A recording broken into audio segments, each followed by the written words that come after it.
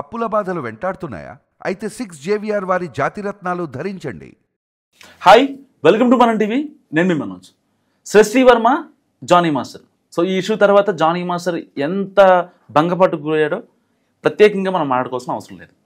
కానీ దాని తర్వాత ఎక్కడైతే పోగొట్టుకున్నాడో అక్కడే వెతుక్కున్నాడు జానీ మాస్టర్.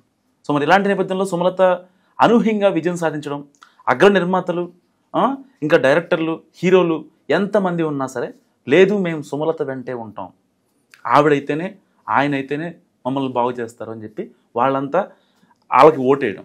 ఎలా తీసుకోవాలి ఏంటి? నిజంగా జానీ మాస్టర్ కోసం అవుట్ అండ్ రైట్ సపోర్ట్ ఇచ్చిన శేఖర్ భాష మనతో ఉన్నారు. నమస్కారం అన్న. నమస్తే. ఏంటన్నా అసలు అంటే సుమలత ఇష్యూలో తక్కువ చాలా మందికి సుమలత అంటే ఎవరు అనుకుంటారు, జానీ మాస్టర్ గారు సతీమణి. అదే ఓకే, జానీ మాస్టర్ గారు సతీమణి. సుమలత గారి విషయంలో ఆవిడ వెనక అసలు ఎవ్వరూ లేరు. మొత్తం వీళ్ళ సపోర్ట్ మొత్తం ఆ జోసెఫ్కే ఉంది. ఈ షష్ఠీ వర్మ కూడా చాలా మందితో మాట్లాడి మొత్తం ఇలకథ మఫ్లీ అది ఎంత చేసినా సరే ఎలా అనూహ్యంగా నిజం అనేది ఒకటి ఉంటుంది, న్యాయం అనేది ఒకటి ఉంటుంది. ఇవాళ అది గెలిచింది అనడానికి ఇది ఒక సజీవ ఉదాహరణ. ఇక్కడ ఉన్న నీకు నాకు అది వేరే బయట నుంచి చూస్తున్న కోణం. జానీ మాస్టర్కి ఈవిడికి మధ్య ఏం జరిగింది నీకు నాకు ఏం తెలియదు.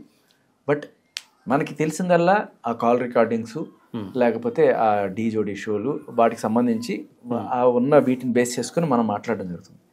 దాంట్లో ఏముంది, ఆ కాల్ రికార్డింగ్లో మాస్టర్ నేను ప్రేమించుకున్నాము, అది అక్కడికి తెలిసిపోయింది, అక్క వచ్చి గొడవ చేస్తే ఇంకా నేను ఏం చేయాలి, అక్కడ దూరంగా ఉంటున్నాను, ఆయనకి నేను ఇచ్చిన రింగు, వాచ్ ఇవన్నీ కూడా ఆయనకి అక్కలేకపోతే పాడేయమన్నాను, కానీ నేను మళ్ళీ తీసుకోను, ప్రేమించి ఇచ్చాను.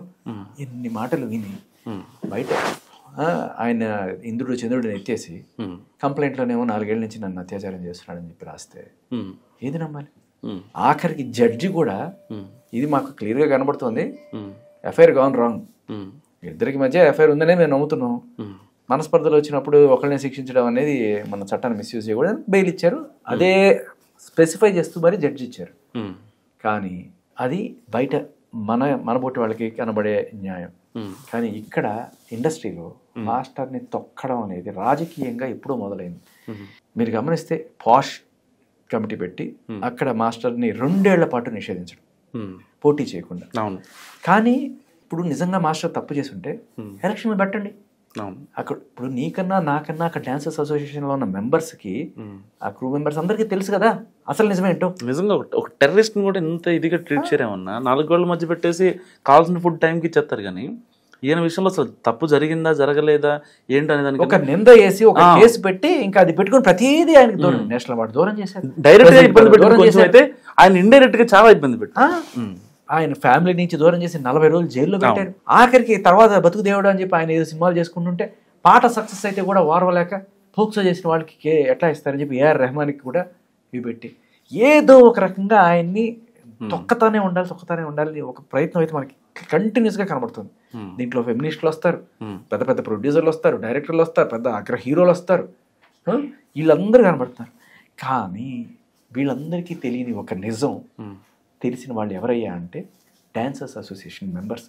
వాళ్ళు దగ్గరుండి చూస్తున్నారు కదా వీళ్ళని, నీకన్నా నాకన్నా వాళ్ళకి తెలుసు.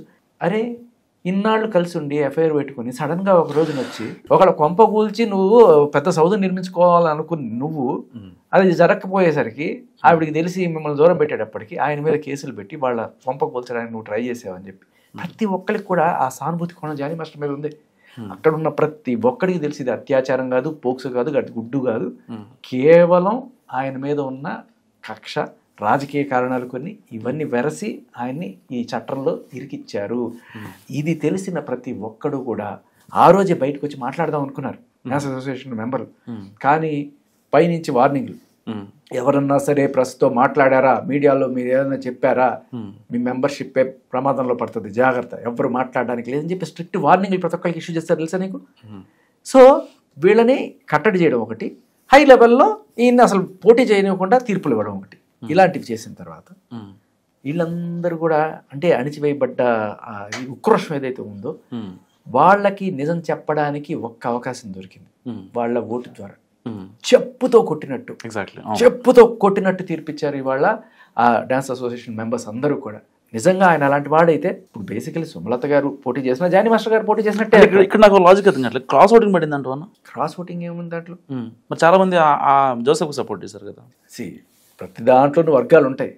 కానీ జానీ మాస్టర్ని ఇంత తొక్కేసిన తర్వాత కూడా ఈయన అసలు రాడు, ఈయన పని అయిపోయింది, ఈయన ఎడిట్ చేయడం వల్ల మనకి ఏ రకమైన ఉపయోగం లేదు, మనం వీళ్ళతోనే ఉంటేనే మనకి ఆపర్చునిటీస్ ఉంటాయి అనుకునే వాళ్ళు కొంతమంది ఉంటారు. అవును. కానీ అన్యాయం అయిపోయాడు రా ఒక మనిషి. జస్ట్ ఇది చూపించి నేషనల్ అవార్డు తీసేసుకున్నారా. ఆయన 40 రోజులు అన్యాయంగా సింపతి అనేది కొంచెం పెళ్ళాం పిల్లల్ని ఇంత ఉసురు పోసుకున్నారా వీళ్ళు. ఇంత నీచం చేసిన వీళ్ళకి సరైన న్యాయం చెప్పాలి.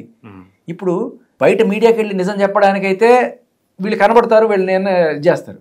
ఓటు అనేది ఎప్పటికీ తెలియకుండా వేస్తారుగా. మేబీ ఆయన మనుషులే అనుకో, కానీ ఆయన మనుషుల్లో కూడా ఈ జాలి, ఈ సింపతి, ఈ అన్యాయం జరిగిందని కూడా ఆయనకి తెలియకుండా వేసుండొచ్చు. చాలా క్లియర్ కట్గా బంపర్ మెజారిటీ తోటి వాళ్ళు ఇవాళ గెలిచి సమాజానికి ఒక అయితే ప్రూవ్ చేశారు. నీకు అసెంబ్లీ రౌడీ అని ఒక సినిమా వచ్చింది, నీ చిన్నప్పుడు వచ్చి ఉంటుంది, మోహన్ బాబు గారు. దాంట్లో ఒక రౌడీ ఉంటాడు. సో ఏదో ఒక గొడవలో మోహన్ బాబుని ఇరికిచ్చేస్తాడు. ఆయన తీసుకెళ్ళి జైల్లో పెట్టేస్తాడు. ఊరి జనం అంతా సాక్ష్యం ఆయన చేయలేదని. కానీ ఒక్కడికి బయటకు వచ్చి ధైర్యంగా చెప్పే దమ్ము ఉండదు. ఎందుకంటే ఆ రౌడీ గారు చంపేస్తాడు. ఏం చేయాలి బిక్కు బిక్కు బిక్కు అని ఉంటుంటే ఒక ఆయన జైలుకి వెళ్ళి ఆయనకి మోహన్ బాబు గారికి పత్రాలు ఇస్తాడు. ఇదిగో ఎలక్షన్స్ వస్తున్నాయి, ఎమ్మెల్యేగా పోటీ చేయి, నేను చూసుకుంటానంటాడు. సరే ఎమ్మెల్యేగా సంతకం పెట్టాయంటే పెడతాడు. పెట్టిన తర్వాత ఈయనకి అగెనిస్ట్గా పోటీలో నించున్నప్పుడు ఓటింగ్లు ఎవరికి తెలియదుగా, అందరు డాకే వేస్తాడు అనుకుంటాడు భయంతో. కానీ ఆయన తప్పు చేయలేదు, ఆయన నిజాయితీ పరుడని నమ్మిన వాళ్ళందరూ కూడా దాంట్లో మోహన్ బాబుకి ఓటేస్తారు, ఆయన గెలుస్తాడు. సో అంటే జనాలకి చాలాసార్లు బయటకు వచ్చి ధైర్యంగా చెప్పే అవకాశం లేనప్పుడు వాళ్ళు ఓటు ద్వారా తమ నిజాన్ని బయటపెడతారు. ఎగ్జాక్ట్లీ. ఈ ఓటు అనేది ఇవాళ వీళ్ళందరూ కూడా జడ్జి గారి ముందు చెప్పిన సాక్ష్యంతో సమానం. అవును, వాస్తవం. అబ్సల్యూట్లీ.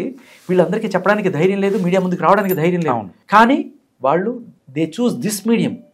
ఈ మార్గం ద్వారా ప్రపంచానికి ఒక నిజం చెప్తున్నారు. నీకన్నా, నాకన్నా, ఆయనకన్నా, అందరికన్నా ఎక్కువగా తెలిసింది ఈ డాన్సర్స్కే. వాళ్ళకి తెలుసు లోపల ఏం జరిగిందో. అసలు అత్యాచారం ఏంటండి? 4 ఏళ్ల నుంచి అత్యాచారం చేస్తున్నారా?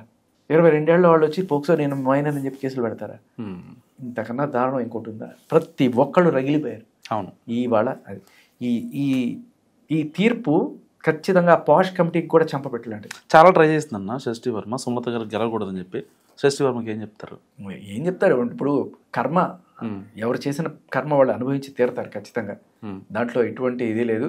అండ్ ఇవాళ సమాజం, మీరు ఒక వీడియో చేసినా దాని కింద మీరు కామెంట్లు చూడొచ్చు, జానీ మాస్టర్ నిరపరాధి అని చెప్పి ప్రతి ఒక్కళ్ళు కూడా. ఆయన అంటే మనం ఏదన్నా సరే ఒక కెరీర్ బాగుపడాలి అంటే ఇంకొకళ్ళ కొంప కోల్చాల్సిన అవసరం లేదు.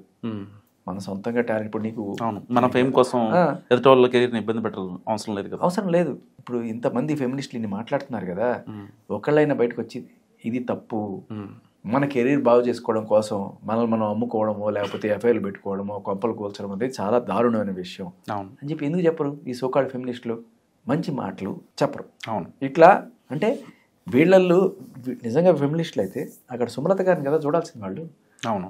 ఒక తల్లి 2 బిడ్డల్ని సాక్కుంటూ భర్తను చూసుకుంటూ 4 గోళ్ల మధ్య ఎన్ని నిద్రలేని రాత్రి కలిపింది ఆవిడ. పాపం ఆవిడ గురించి పట్టించుకున్నది కాదు కదా. అబ్బే. సో పతి పత్ని ఎవరు ఓకే సపోర్ట్. ఎవరైతే చేయకూడని పనులు సమాజపరంగా ఫెమినిజం ఉండాలి, బట్ ఎంతవరకు ఉండాలో అది మరీ ఎక్స్ట్రీమ్ అవ్వకూడదు. ఏ ఫిమేల్ కి సపోర్ట్ చేయాలనే డిసైడ్ చేసుకోవడంలోనే నీ అసలు ఫెమినిజం బయటపడుతుంది. ఎగ్జాక్ట్లీ. నిజంగా అక్కడ కుటుంబ పక్షాన ఉన్న మహిళకి సపోర్ట్ చేస్తారా, లేకపోతే కుటుంబాన్ని కూల్చి తన సౌధం నిర్మించుకోవాలనుకున్న ఒక మహిళకి సపోర్ట్ చేస్తారా? సో అది. బట్ ఇదైతే ఒక చంపపెట్టు లాంటి తీర్పు ఇచ్చారు. ఇది ఒక అంటే జడ్జి గారు ఇచ్చే జడ్జిమెంట్ కన్నా ముందు జనం ఇచ్చిన జడ్జిమెంట్ ఇది. సుమలత గారు పోటీ చేశారంటే జానీ మాస్టర్ పోటీ చేసినట్టే. అవును, దాంట్లో ఏ డౌట్ లేదు. ఆయన పోటీ చేయకుండా చేస్తే వీళ్ళు ఏదో గెలిచేసావు అనుకుంటారు. 100 దరిద్రాలకి అనంత కోటి ఉపాయాలు అంటారు. సో నీతోనే ఆగే నా బిల్హరి సంగీతం, నువ్వు కాకపోతే నీ వారసులు వస్తారు. సో అలాగే ఇవాళ ఆయన గెలిచి చూపించారు. అండ్ ఆయన అవకాశాలని ఆపలేరు. పోక్సో కేసు ఉన్నవాడు ఎలా ఇస్తారు అంటే ఇప్పుడు ఒక పోక్సో కేసు తేలడానికి, పోక్సో కేసు పెట్టినంత మాత్రాన ఆయన అది చేసినట్టు కాదు. అంటే అది తేలడానికి 10 ఏళ్ళు పట్టచ్చు, 5 ఏళ్ళు పట్టచ్చు. ఈ 10 ఏళ్ళు ఆయన ఏ ఎంప్లాయ్మెంట్ లేకుండా అలా మగి చచ్చిపోవాలా? అదేనా ఈవిడ ఇది ఉద్దేశం? ఈ తీర్పు 10 ఏళ్ళు పట్టచ్చు, 20 ఏళ్ళు పట్టచ్చు. అప్పటిదాకా ఈయన ఏ రకమైన సాక్ష్యాలు, ఆధారాలు, కుటుంబాన్ని పోషించుకోకుండా రోడ్డును పడి ఉండాలనేది ఈవిడ ఉద్దేశమా? ఇప్పుడు ఇది ఒకటే కనబడుతుంది ఈవిడికి. ఈవిడ మాట్లాడిన మాటలు కనబడట్లేదా? మాస్టర్ నేను ప్రేమించుకున్నాము, పెళ్లి చేసుకుందాము అనుకున్నాము, అక్కడికి తెలిసిపోయింది, అవి వినపడవా? సో పోనీ ఈ తీర్పైన ఆవిడకి కనబడుతుందేమో చూద్దాం అట్లీస్ట్. సో మీరు అనుకున్నట్టుగా ప్రపంచం అనుకోవట్లేదు. పోక్సో కేసు 4 సార్లు చెప్తే ఆయన ఏమి రేపిస్ట్ అయిపోడు. ఆయన్ని సినీ పెద్దలు కూడా రామ్ చరణ్ లాంటి వాళ్ళు అవకాశాలు ఇస్తున్నారు, రెహమాన్ గారు కలిసి పనిచేస్తున్నారు. అంతెందుకయ్యా డాన్సర్స్ అసోసియేషన్ అందరూ కూడా ఇప్పుడు ఆయన ఎత్తున పెట్టుకున్నారు కదా. ఇంకేం కావాలి? ప్రపంచం ఆయన్ని నమ్ముతోంది, నిన్ను నమ్మట్లేదు. ఇది లిఖితం. Thank you so much. So ఇది శేఖర్ అన్న అనాలిసిస్. మీరేమనుకుంటున్నారు? ఫస్ట్ కామెంట్ చేయండి. చూస్తూనే ఉండండి మనం టీవీ.